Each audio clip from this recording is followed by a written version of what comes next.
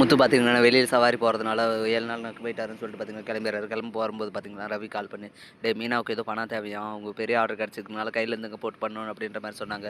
"நீ கொஞ்சம் ஹெல்ப் பண்றா" அப்படின்ற மாரி சொல்றாரு. சரி நான் பார்த்துக்கிறேன் அப்படின்னு சொல்லிட்டு ரவியுமே ஃபோன கட் பண்ணிட்டு பார்த்தீங்கன்னா, ஸ்ருதி கிட்ட கேட்க, ஸ்ருதியுமே வந்துட்டு, "ஏன் சிஸ்டர் குடுக்கறதுக்கு நீங்க என்ன பெர்மிஷன்லாம் கேட்குறீங்க?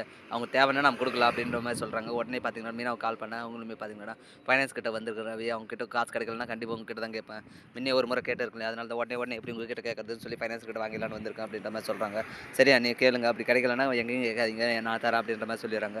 சரின்னு சொல்லிட்டு ஃபோன கட் பண்ண பார்த்தீங்கன்னா, ஃபைனான்சர் வராரு. அவர்கிட்ட பார்த்தீங்கன்னா, கேட்ட உடனே பார்த்தீங்கன்னா, மீனாவோட நல்ல குணம் தெரிஞ்சுக்கிட்டு அவருமே வந்துட்டு காசு குடுக்குறேன். ஆனா சொன்ன தேதியில கரெக்ட்டா குடுத்துடணுமா அப்படின்னு சொல்ல, சரிங்க நான் கண்டிப்பா குடுத்துர்றேன் அப்படின்ற மாரி சொல்லிட்டு பார்த்தீங்கன்னா, மீனாவுமே காசு வாங்கிடுறாங்க. காசு வாங்கிட்டு பார்த்தீங்கன்னா, டெக்கரேஷன் வேலையெல்லாம் சிறப்பா செஞ்சுட்டு இருக்காங்க. எல்லா டெக்கரேஷன் வேலையும் முடிஞ்சதுக்கப்புறம் பார்த்தீங்கன்னா, மண்டபத்துக்காரர்ட்ட போயிட்டு, "சார் நீங்க சொன்ன மாரியே பார்த்தீங்கன்னா, டெக்கரேஷன் வேலை நல்லபடியா முடிஞ்சுச்சு. பார்த்துக்கங்க. பார்த்து மீதி காசு குடுங்க" அப்படின்னு கேட்க, "என்னம்மா பாதி காசு கேட்குற? அன்னைக்கே வந்து ஃபுல் அமௌண்ட் வாங்கிட்டல்ல. அதுக்கு தானே சைன் போட்டு குடுத்தேன். இப்ப என்ன திடீர்னு வந்து மீதி அமௌண்ட் குடுன்னு கேட்குற? என்ன ஏமாத்த பார்க்குறியா?" அப்படின்னு சொல்லி கேட்க, இத கேட்ட மீனாக்கு பார்த்தீங்கன்னா, ரொம்ப ஷாக்கிங் ஆகுது. "என்ன சார் சொல்றீங்க? நான் அன்னைக்கு பாதி காசு தான் சார் 25,000 தான் குடுத்தீங்க. மீதி ரூ. 1,75,000 நீங்க குடுக்கணும் சார். அதுவும் நீங்க அட்வான்ஸ் வந்து 25,000 கமிஷன் வேற நீங்க எடுத்துனீங்க. அதனால தான் ரூ. 50,000 பார்த்தீங்கன்னா, கையெழுத்து போட்டு குடுத்தேன். இப்ப என்னடான்னா ஃபுல் காசும் குடுத்துட்டேன்னு சொன்னீங்க. சார் தயவு செஞ்சு ஏமாத்தாதீங்க சார். நானே வந்து ஃபைனான்ஸ் வாங்கி தான் வந்து இந்த ஆர்டர செஞ்சிருக்கேன். அப்படி இருக்கும்போது நீங்க இப்படியெல்லாம் ஏமாத்துனீங்கன்னா நான் என்ன சார் ஆகும்?" அப்படின்னு சொல்லி அழுதுகிட்டே கேட்க, "அம்மா நீ அழுதா கூட வந்துட்டு என்னால குடுக்க முடியாதும்மா. நான் ஆல்ரெடி உன்கிட்ட குடுத்துட்டேன்ம்மா. நீனே தான் வந்து என்னைய ஏமாத்துற.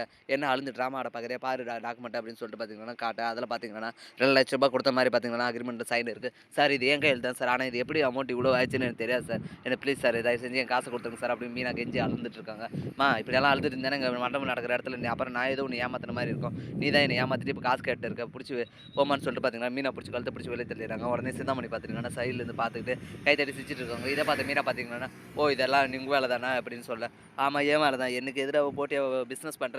இப்ப பார்த்தியா உன்ன நடுத்தெருவுக்கு கொண்டு வந்துட்டேன். இப்படிதான் நீ இனிமேலும் வந்துட்டு இதுலேருந்து மீளவே முடியாது. இதோட உங்க வேலை அவ்வளோதான்." அப்படின்ற மாரி சொல்ல, "நான் வாழ்க்கையிலும் ஜெயிச்சு இதுலயும் ஜெயிச்சு காட்டுறேன் பாரு. என்னை ஏமாத்துறவங்கள நான் என்னைக்குமே சும்மா விடுறதில்ல. நான் உண்மையா நேர்மையா உழைக்கிறவன். அப்படி இருக்கும்போது நான் என்னத்துக்கு கண் கலங்கி நிக்கணும்? நான் எப்படியானு இதில ஜெயிச்சு காட்டுறேன்." அப்படின்னு சொல்ல, "எப்படி ஜெயிப்ப? அதான் ஆல்ரெடி ரூ. 2,00,000 ஏமாந்துட்டேன். இப்ப நீ வாங்குன காச குடுக்கறதுக்கே வந்துட்டு அங்கங்க பிச்சை தான் எடுக்கணும்.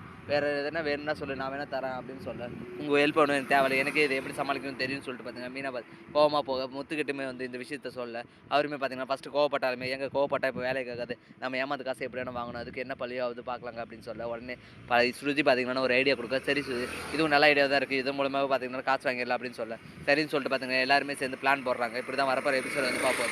மண்டபத்துக்காரர்ட்டருந்து காசு வாங்குனாங்களா இல்லையான்றத நம்ம பொறுத்து தான் பார்க்கணும். மேலும் இது போன்ற அப்டேட்ஸ் தெரிந்து கொள்ள மறக்காம நம்ம சேனல சப்ஸ்கிரைப் பண்ணிருங்க. கூட பெல் பட்டன அழுத்துங்க. அப்பதான் நான் போடுற ஒவ்வொரு வீடியோ உங்களுக்கு நோட்டிஃபிகேஷன் வரும். Thank you.